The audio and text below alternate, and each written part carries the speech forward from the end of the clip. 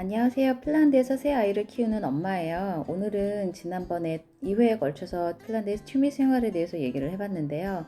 오늘은 다시 초등학교로 돌아볼까 해요. 그래서 이전에 초등학교에 대해서 얘기할 때 1학년이 되는 아이들은 학교에서 노란 모자를 받는다고 했는데요.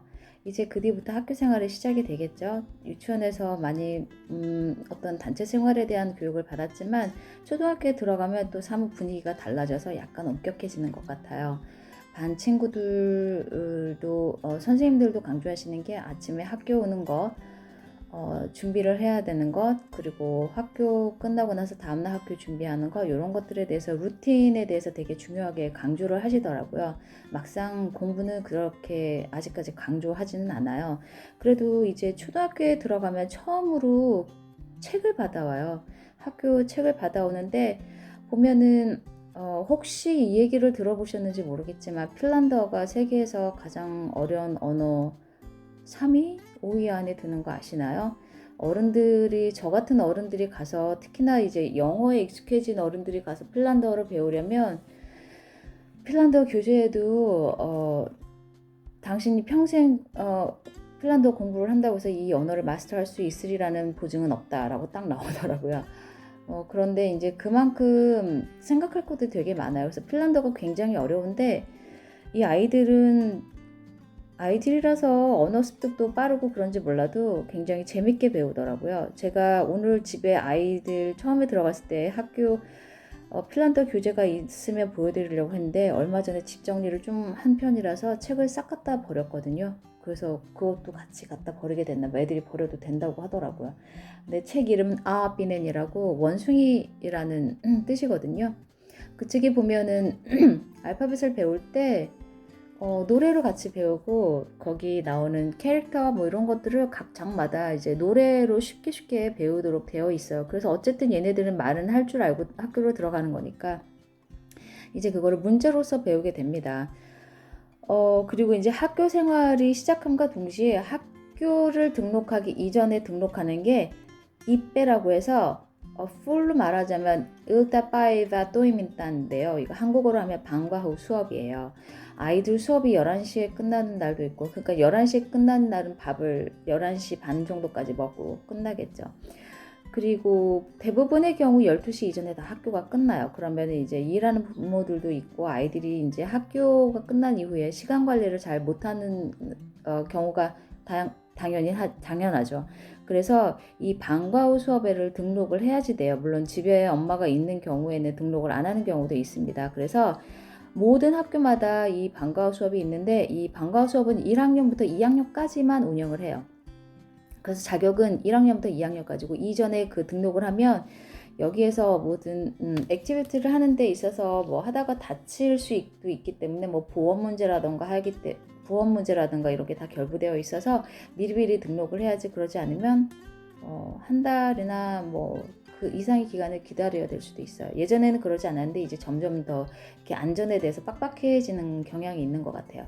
그래서 이 방과후 수업을 가면 뭐 학교 수업은 아직까지 언급할 게 많지는 않고요. 뭐 숫자 같은 것도 1, 2, 3, 4, 5, 6, 7, 8, 90 배우고 정말로 초등학교는 1학년 때부터 6학년 때까지 얘네가 뭔가 심각하게 하는구나 라는 걸 느낄 수 없고 그 이후에 뭐 학과에 대한 수업 학원 같은 것도 없기 때문에 그냥 공부는 학교 수업으로 끝.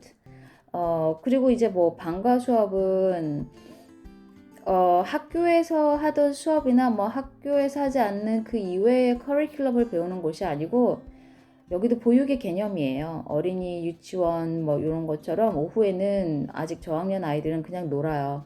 방과후 수업에 가서 하는 게 노래 부르고 싶은 사람은 노래 부르고 선생님과 크래프트 하고 싶은 사람은 뭐 만들기 수업하고 게임하고 싶은 사람은 게임하고 근데 이제 방과후 수업은 애들이 학교보다 더 좋아하는 곳이죠.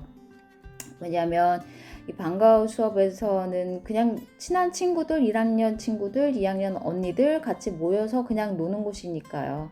뭐 간혹가다 학교 수업이 내지는 숙제가 어려워서 못하겠다라는 아이들은 선생님이 가끔 봐주시기도 해요. 근데 이제는 이렇게 숙제를 봐주는 그룹이 따로 생겼고요.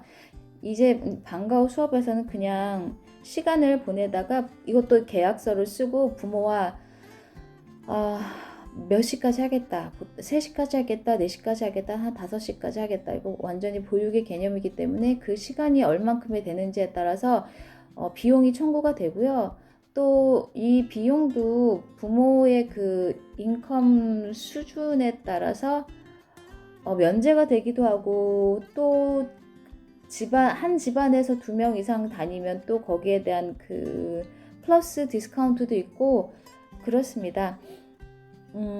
여기서는 이제 뭐 한 학기에 한 번씩, 2번씩 오후에 뭐 영화도 보러 가기도 하고, 실내 놀이터에 가서 애들 놀기도 하고, 참 즐거운 곳이에요. 그래서 뭐 핀란드에서 아이들 학교 보내다 보면 한국인으로는, 저는 한국 엄마니까 아무리 그래도 많이 걱정이 돼요. 정말로 얘네 도대체 뭐 학교에서 뭐 하는 거지? 왜냐하면 이제 숙제 같은 것도 저희 아이들 첫째부터 지금 셋째까지 숙제해라 그러면은 돌아서면 다 하는 정도. 그러니까 5분이면 다 끝나는 수준의 숙제가 나와요. 그래서 어렸을 때는 첫째가 처음 학교 갔을 때는 숙제해라 하고 돌아서서 제 할 일을 한 다음에, 그 다음에 맞다, 얘 숙제 체크해줘야지 해서 숙제해야지, 숙제했어 그러면 아까 벌써 다 했다고 할 정도예요. 정말로 제가 까먹지 아이들은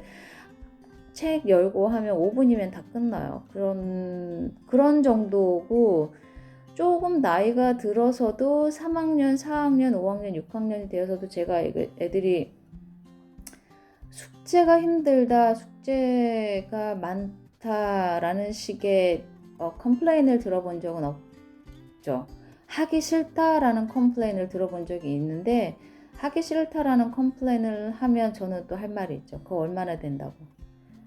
5분이면 끝날 걸. 5분이 아닌 1분, 2분에도 끝나는 것을. 저희 막내는 실제로 한 30분을 징징대고, 처음에 학교 들어갔을 때 숙제하는 거 되게 싫어하거든요, 막내는 한국에서 유치원, 어린이집 경험도 없기 때문에 책 같은 건 전혀 담 쌓고 지내는 아이예요. 제가 읽어주는 책만 좋아하지. 그래서 제가 막내한테 너 이렇게 30분 동안 울고 불고 짜증내고 하지 말고 그냥 숙제를 빨리 끝나고 친구네 집에 놀러를 가라.